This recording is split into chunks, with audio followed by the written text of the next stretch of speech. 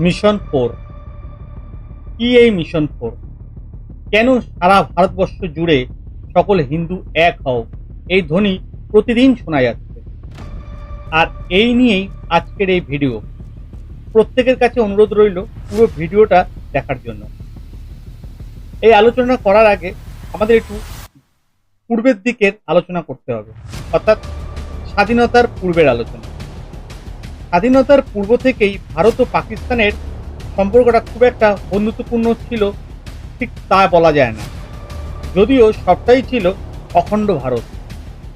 গান্ধীবাদী চিন্তাধারা ও মোহাম্মদ আলী জিন্নার চিন্তাধারার মধ্যে যথেষ্ট পার্থক্য ছিল। একে অপরকে রেসপেক্ট করলেও ব্রিটিশ শাসনকালে জিন্না কখনো একসঙ্গে থাকার পক্ষে ছিল না।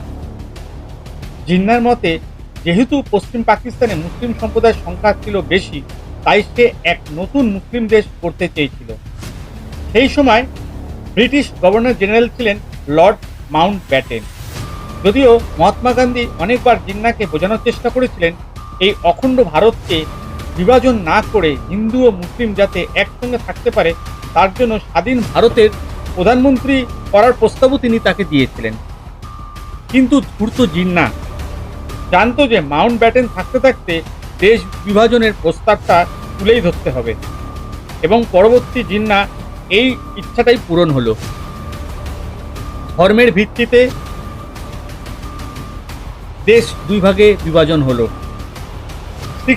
60 to 70% মুসলিম নিয়ে তৈরি হলো পশ্চিম পাকিস্তান, আর 80% হিন্দু ও 20% মুসলিম নিয়ে তৈরি হলো হিন্দুস্তান। মুসলিম ভারতে ছিল, জিন্নাকে বলা হয়েছিল তাদেরকেও পাকিস্তানে নিয়ে যাওয়ার ব্যবস্থা করা হোক। কিন্তু সেই ভারতীয় মুসলিম সম্বন্ধে জিন্না খুবই একটি জঘন্যতর কথা বলেছিলেন, যে পরিমাণ ভারতীয় মুসলিম আছে ভারতের মধ্যে, তাদেরকে নিয়ে আমার কোনো মাথা ব্যথা নেই। প্রয়োজন হলে তাদেরকে কেটে নদীতে ভাসিয়ে দাও। শেষ ব্রিটিশ গভর্নর সমস্ত ক্ষমতাকে দুই দেশের মধ্যে ভাগ করে দিয়ে চলে গেলেন এবং ব্রিটিশ ভারত ছাড়লেন। সাল 1947, 15ই আগস্ট। স্বাধীন ভারতের প্রধানমন্ত্রী হলেন জওহরলাল নেহেরু, আর স্বাধীন পাকিস্তানের প্রথম গভর্নর জেনারেল হলেন, অর্থাৎ পাকিস্তানের প্রতিষ্ঠাতা হলেন মোহাম্মদ আলী জিন্নাহ। ভারত তো স্বাধীন হলো, কিন্তু সমস্যা সেই রয়েই গেল। পাকিস্তানের কুদৃষ্টি তখনও ভারতের ভূখণ্ডের দিকে ছিল। পাকিস্তান সরকার মনে করল যে কোনোভাবে ভারতে থাকা মুসলিমদের মগজ ধোলাই করতে হবে এবং ভারতের বহু স্থান দখল করতে হবে। তার মধ্যে গান্ধীজির 3টি প্রধান ভুলও ছিল, যার শিকার এখনো ভারতকে ভুগতে হয়। প্রথম ভুল, দেশ বিভক্ত হওয়ার পরেও হিন্দু মুসলমানের যে সম্পর্কটার যে জটিলতা, তার কোনো সমাধান হয়নি। দ্বিতীয়ত, মাইনরিটি অফ মুসলিম নিয়ে বেশি চিন্তাধারা গ্রহণ করা, যার ফলে হিন্দুরা ভীষণই ক্ষিপ্ত হয়েছিল। অনেক সুবিধা থেকে তারা বঞ্চিত হয়েছিল। পাকিস্তান অধিকৃত কাশ্মীরের সমস্যার সমাধান কিছুই হয়নি। এই 3টি মূল বিষয় ছিল গান্ধীদের মূল গাফিলতি। পশ্চিমে ভারত পাকিস্তান বরাবর যে ভূখণ্ডগুলি আছে, যেমন রাজস্থান, পাঞ্জাব, হরিয়ানা ও কাশ্মীরকে বেআইনিভাবে দখল করা ও তার জন্য যত রকমের উস্কানিমূলক কাজকর্ম করা ছিল পাকিস্তানের মূল উদ্দেশ্য।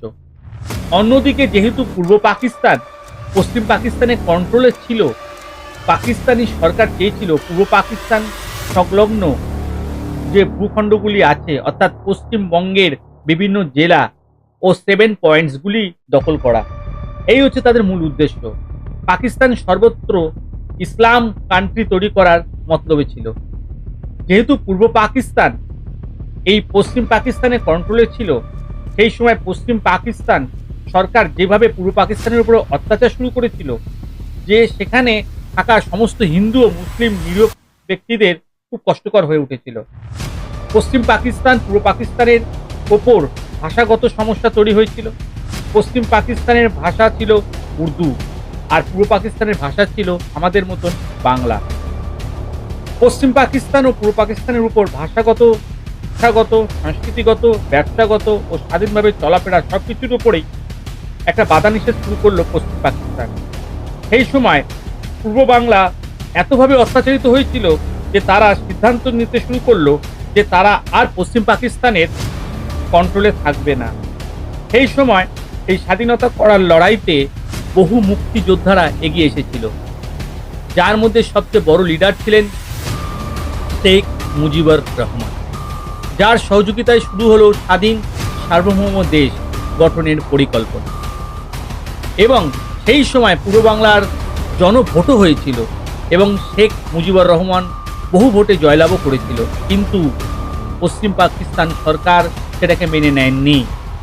কারণ তারা জানতো তারা বাংলাদেশকে কৃতদাস বানিয়ে রাখতে পারবে না। সেই কারণে তারা এই ভোটে জেতাকে তারা মেনে নিতে পারেনি। তারপরেই শুরু হলো পশ্চিম পাকিস্তানি সরকারের পূর্ব বাংলাদেশের উপরে অত্যাচারের মাত্রা বাড়িয়ে দেওয়া। ভারতের তৎকালীন প্রধানমন্ত্রী ছিলেন ইন্দিরা গান্ধী। সাল 1971। হঠাৎই পাকিস্তান ভারতের ভূখণ্ড আক্রমণ করে বসলো পশ্চিম পাকিস্তান। ওই একটা সময় ভারত পূর্ব বাংলা উভয় জায়গাতে পশ্চিম পাকিস্তান লড়াই শুরু করেছিল। ওই সময় বহু হিন্দু ও মুসলিম নিরীহ মানুষ হত্যা হয়েছিল, বহু নারী ধর্ষিত হয়েছিল, বহু শিশু হত্যা হয়েছিল। রাতের অন্ধকারে বহু নিরীহ হিন্দু ও মুসলিম মানুষরা প্রাণ বাঁচানোর জন্য ভারতে শরণাপন্ন হলো। অবশেষে ভারতের কাছে পাকিস্তানের হার স্বীকার করতে হয়েছিল। আর এদিকে এক নতুন রাষ্ট্রের জন্ম হয়েছিল, যার নাম হলো বাংলাদেশ। পাকিস্তান বুঝে গেছিল সামরিক বাহিনী ও কূটনৈতিক চিন্তাধারা দিয়ে ভারতের সঙ্গে লড়াই করে কোনোদিনই জেতা সম্ভব নয়। এদিকে ভারতের সহযোগিতার কারণে বাংলাদেশ তাদের হাতের নিয়ন্ত্রণ থেকে বেরিয়ে গেল।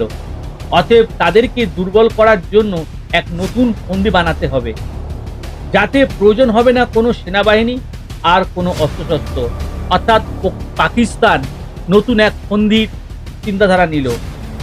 তারা বেছে নিল 4টে মূল ফন্দি, আর যারই নাম মিশন 4।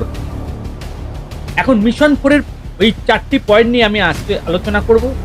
মিশন 1, যেখানে বলা হয়েছে প্রথম যে ফন্দিটা, সেটি ছিল পাকিস্তান তার দেশের বেশ কিছু অশুভ বুদ্ধিসম্পন্ন হিংস্র মানুষগুলোকে নিয়ে একটা সংগঠন তৈরি করতে হবে, এবং সেই সংগঠনকে তারা দুটি ভাগে ভাগ করেছিল।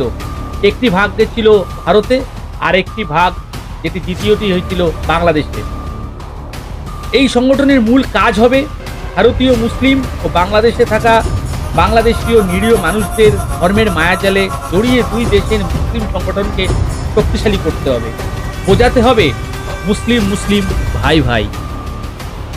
ভারত ও বাংলাদেশ বিভিন্ন জায়গায় সংগঠন তৈরি করতে হবে এবং তাদেরকে শেখাতে হবে পাকিস্তান জিন্দাবাদ। মিশন 2, যেখানে বলা হয়েছে পাকিস্তানি মুসলিমরা দুই দেশের নারীদের ও হিন্দু থেকে শুরু করে মুসলিম যে কোনো নারীদেরকে প্রেমের জালে জড়িয়ে বা বৈবাহিক সম্পর্কে জড়িয়ে সাংগঠনিক কাজকে আরও সুন্দরভাবে পরিচালনা করার জন্য, অর্থাৎ মুসলিম জনসংখ্যা বৃদ্ধি করে সংগঠনকে আরও শক্তিশালী করার চিন্তাধারা নিয়েছিল। এর জন্য তারা বহু মাদ্রাসা নামক শিক্ষা প্রতিষ্ঠানেরও ব্যবহার করা শুরু করলো। ছোট ছোট শিশুদের মধ্যে হিংসা ও নোংরা ধ্বংসাত্মক চিন্তাধারা ঢুকিয়ে দেওয়া হলো। আর মাদ্রাসার যে জ্ঞানী শিক্ষিত যে শিক্ষকগুলো ছিলেন তাদেরকে সরিয়ে দিয়ে সম্পূর্ণ নতুন ধ্বংসাত্মক চিন্তাধারার শিক্ষকদেরকে নিয়োগ করা হলো। তাদেরকে শেখানো হলো ভারত আমাদের শত্রু, হিন্দু আমাদের শত্রু, তারা মূর্তি পুজো করে, তাদের হত্যা করো। এই হচ্ছে তাদের মিশন 2-এর আলোচনা। মিশন 3, যেখানে ধর্মকে হাতিয়ার বানিয়ে ভারতের বিভিন্ন জায়গাগুলিকে ওয়াকফ সম্পত্তি বলে দখল করতে হবে। ধীরে ধীরে ভারতের বিভিন্ন গুরুত্বপূর্ণ জায়গাগুলি বিনা যুদ্ধেই দখল করা সম্ভব হবে। ঠিক একইভাবে বাংলাদেশের বিভিন্ন জায়গাগুলোকেও একইভাবে দখল করতে হবে এবং বাংলাদেশের শেখ হাসিনা সরকারের গাফিলতি ও ভুলগুলোকে তুলে ধরে তার সরকারকে ফেলে দিতে সফল হতে হবে। আর ঠিক তাই হয়েছিল।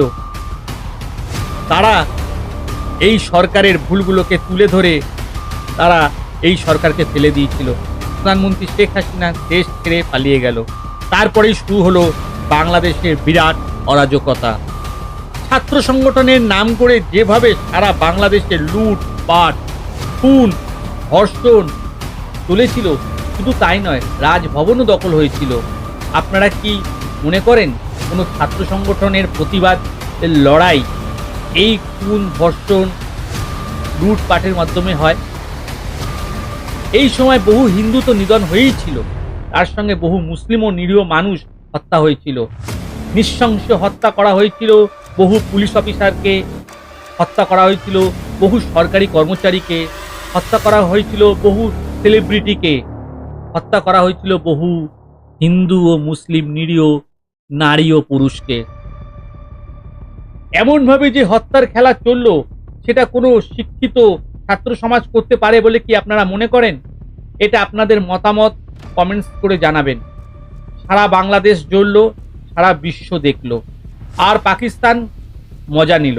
এখানে যত মুক্তিযোদ্ধাদের মূর্তি ছিল সব ভাঙা হলো, অথচ এই মুক্তিযোদ্ধাদের জন্যই আজ বাংলাদেশ স্বাধীন হয়েছিল।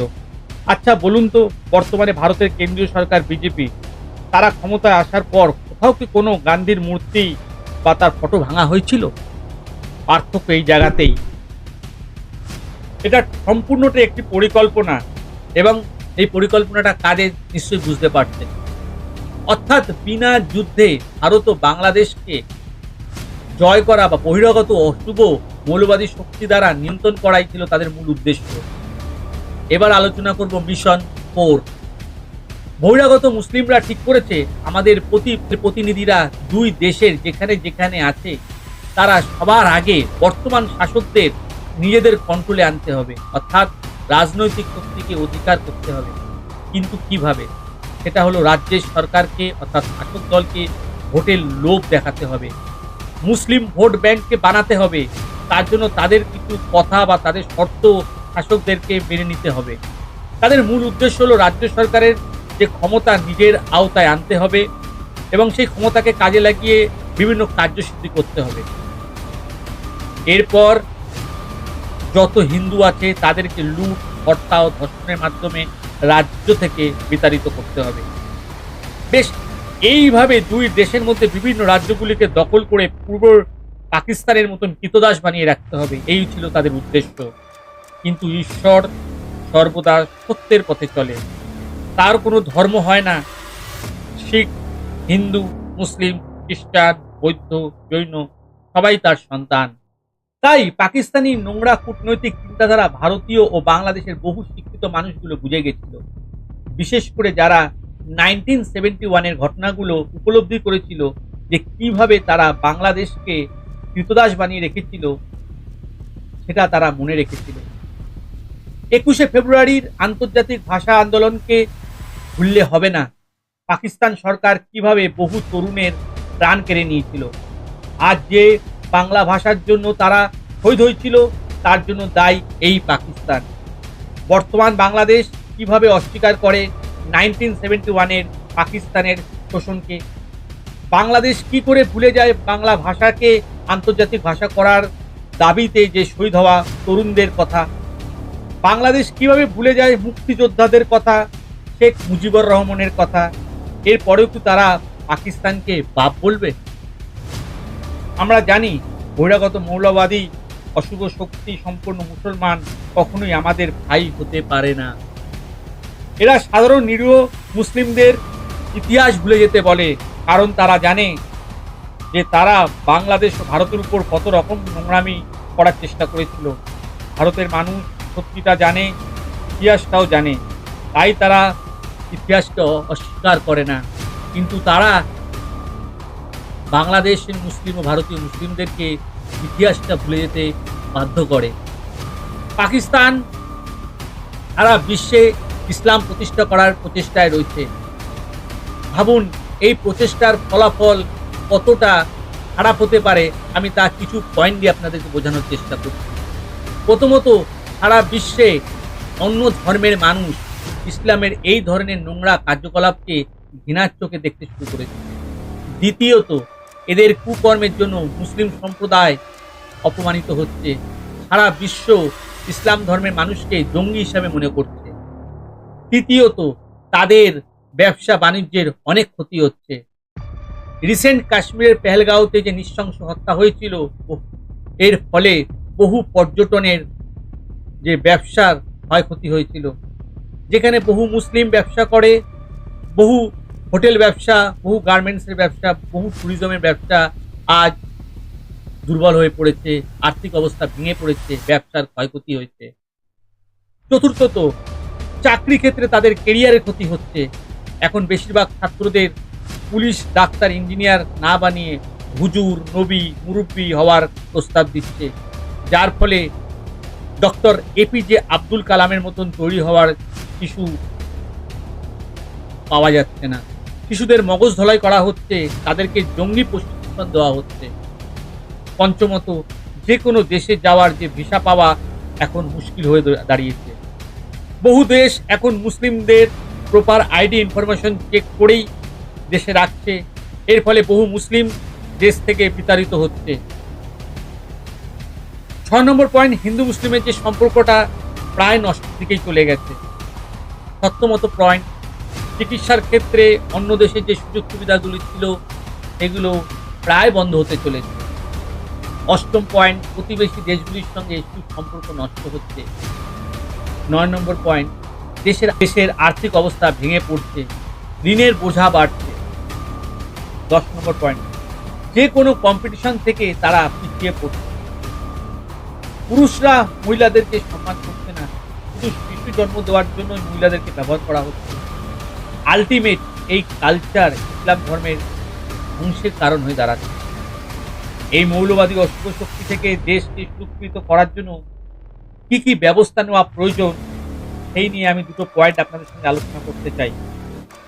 প্রথমত, যেহেতু পাকিস্তানি মৌলবাদী শক্তি বাংলাদেশ ও ভারতে ঢুকে গেছে, তাই ইমিডিয়েট পাকিস্তান ও বাংলাদেশের ভিসা সম্পূর্ণভাবে বন্ধ করতে হবে। দ্বিতীয়ত, এনআরসি ও এসআই এর মাধ্যমে এদেরকে অর্থাৎ বহিরাগতকে শনাক্ত করতে হবে এবং নাগরিক সংশোধনের মাধ্যমে সমস্যা দূর করতে হবে এবং বহিরাগতকে বিতাড়িত করতে হবে। তৃতীয়ত, যারা এতদিন অবৈধভাবে ভারতে ছিল তাদের জন্য কঠোর আইনি ব্যবস্থা আনতে হবে। সমস্ত রাজনৈতিক দলকে এ ব্যাপারে সহযোগিতার জন্য এগিয়ে আসতে হবে। রাজ্য সরকারকে এ ব্যাপারে বিভিন্ন জেলায় লুকিয়ে থাকা বহিরাগতকে শনাক্ত করার জন্য আইনি ব্যবস্থা ও সাহায্য করতে হবে। মাদ্রাসা স্কুলগুলিকে যেগুলো আছে তাতে কি কি পড়াশুনো করানো হচ্ছে তার দিকেও নজরদারি করতে হবে। সরকারি স্কুলের ব্যবস্থা করতে হবে। মাদ্রাসা স্কুলগুলিকে সাধারণ সকল ধর্মের ছাত্রছাত্রী শিক্ষার জন্য শিক্ষা প্রতিষ্ঠান বানাতে হবে। যতদিন পর্যন্ত সরকারি স্কুলগুলিতে ছাত্রছাত্রীরা একসঙ্গে পড়াশুনো না করবে ততদিন পর্যন্ত একে অপরকে বা একে অপরের প্রতি যে বন্ধুত্বপূর্ণ সম্পর্ক তৈরি হবে না। এক ধর্ম অন্য ধর্মকে বিশ্বাস ভালোবাসা দিতে পারবে না। আমরা প্রত্যেকেই জানি একমাত্র সরকারি স্কুলেই সকল ধর্মের শিশুরা পড়াশোনা করে, যেমন হিন্দু, মুসলিম, খ্রিস্টান, শিখ, বৌদ্ধ ইত্যাদি। তবেই তো হিন্দু মুসলিম ভাই ভাই হবে, একই বৃন্তে দুটো কুসুম এই কথাটি প্রযোজ্য হবে, নচেত সম্ভাবনা খুবই কম। সর্বশেষে বলি, যে কোনো ধর্মীয় সমস্যা, বিশেষ করে হিন্দু মুসলিম গঠিত বিবাদের সমস্যার ক্ষেত্রে পুনরায় শান্তি শৃঙ্খলা এবং ভালোবাসাকে ফিরিয়ে আনতে হবে। তার জন্য শুধু সরকারকে দায়িত্ব নিলে হবে না, তার জন্য রামকৃষ্ণ মিশনারি প্রতিষ্ঠান ও ভারত সেবাশ্রমগুলোকেও এগিয়ে আসতে হবে। ধর্মীয় উস্কানির দৃষ্টিপাত না করে বরং প্রত্যেকে যেন তার পবিত্র ধর্মগ্রন্থকে নিজেরা চর্চা করে এবং সঠিকটা জানার চেষ্টা করে। যতক্ষণ না নিজের ধর্মকে নিজে জানতে না পারছে ততদিন পর্যন্ত সমস্ত ধর্মগুরু তার নিজের স্বার্থে নিজের মতন করে ব্যাখ্যা দেবে, আর সেই ভুল ব্যাখ্যা শুনে তারা অর্থাৎ ভক্তরা ভুল কর্ম করবে। সারা ভারতবর্ষে শুধু মুসলিমরা সংখ্যালঘু নয়, তার চেয়েও আরও কম পার্সেন্টেজের বহু ধর্মাবলম্বী রয়েছেন, তাদের দিকেও দৃষ্টিপাত করতে হবে কেন্দ্রীয় ও রাজ্য সরকারকে। কিন্তু দেখা গেছে দেশ স্বাধীন হওয়ার আগে থেকেই শুরু করে এখনো পর্যন্ত প্রত্যেক রাজনৈতিক দলগুলি মুসলিম সংখ্যালঘুদের নিয়ে বেশি মাথা ব্যথা দেখান। যেটা মোটেই উচিত নয়। বর্তমানে ভুলে গেলে হবে না, আমাদের দেশ, আমাদের ধর্ম, আমাদের শিক্ষা সংস্কৃতি, আমাদের নারী সম্মান আমাদেরকে রক্ষা করতে হবে। সবশেষে বলবো, জয় হিন্দ, বন্দে মাতারাম। এখন আশা করি বোঝানো গেল যে সমস্ত হিন্দু জাগো কথাটি কেন উঠছে, কেন হিন্দুদের জাগতে বলছে, কেন হিন্দু মুসলিম সম্পর্ককে আবার নতুন করে জোট বাঁধার কথা বলা হচ্ছে। ভিডিওটি যদি ভালো লাগে অবশ্যই লাইক, শেয়ার ও সাবস্ক্রাইব করতে ভুলবেন না। স্বাধীনতা আন্দোলনের প্রধান নেতা সুভাষচন্দ্র বোস সকল ভারতীয়দের উদ্দেশ্যে একটি কথা বলেছিলেন, হিন্দু, মুসলিম, শিখ, বৌদ্ধ, জৈন সকল ধর্মের মানুষ এক হও, ধর্মকে ভুলে সবাই মিলিত হয়ে ভারতকে ব্রিটিশ শাসন থেকে মুক্ত করো। তোমরা আমায় রক্ত দাও, আমি তোমাদের স্বাধীনতা দেব।